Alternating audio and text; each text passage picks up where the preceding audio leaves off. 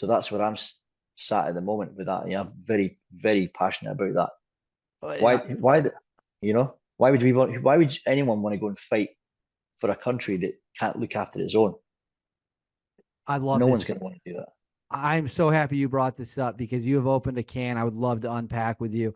Number Yeah. one, is a combat veteran. One of the things that drives me crazy, and I was never in the military whatsoever, but I'll turn on the news and you'll see politicians or talking heads on the TV, and Hmm. they talk about sending young American men to just every conflict that the world has ever Yeah. seen.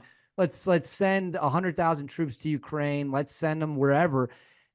I think that's insane to talk about that so casually, as if those aren't people's kids.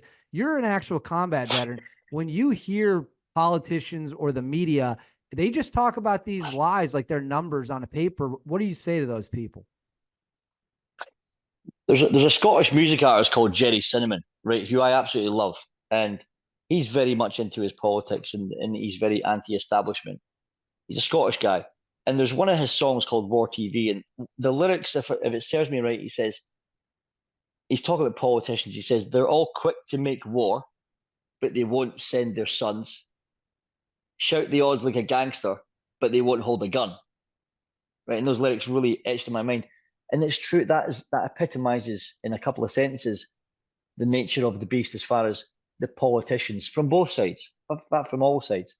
But they're very quick to say, yeah, we'll send troops. It's like they're not like fucking disposable, little minions that don't mean anything because they don't have families. You're talking about people, and then they're okay because they can sit there and say this because they're sat there in their ivory tower. They're protected. They're always going to be okay, but they don't give a shit about anyone else but themselves. And they're the ones that are profiting from all this shit in the first place. Because it's the reasons behind why we go to war. This is a real fucking huge subject. But I mean, when you think about, proud to fight for your country, there was a time when you could probably say that a long time ago. But nowadays, even when I went to Iraq, I have bad feelings about even being in Iraq.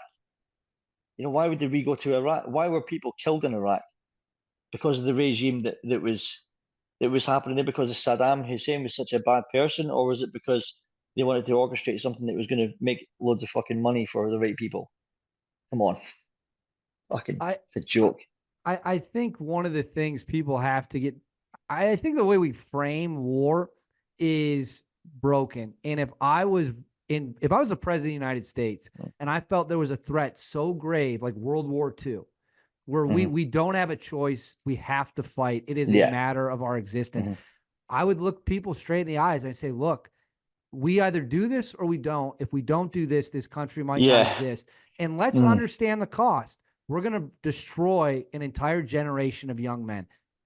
People are going to get killed. They're going to get maimed. There'll be mental health problems. Families will be Yeah. destroyed. But that's a price we feel is worth it in this Yeah. situation. That's not how they talk about it. It's we're going to No, go over there. We'll punch them in the face. Everything will be fine. And we'll come back here. It'll be no big deal. It never works like that, ever. it doesn't. And I agree with you 100%. Just the way these politicians, it drive. Now I'm getting fired up. It's it's it's absolutely crazy. You talked about social media and how it's broken this generation. I would really love to talk to you about that because I agree with you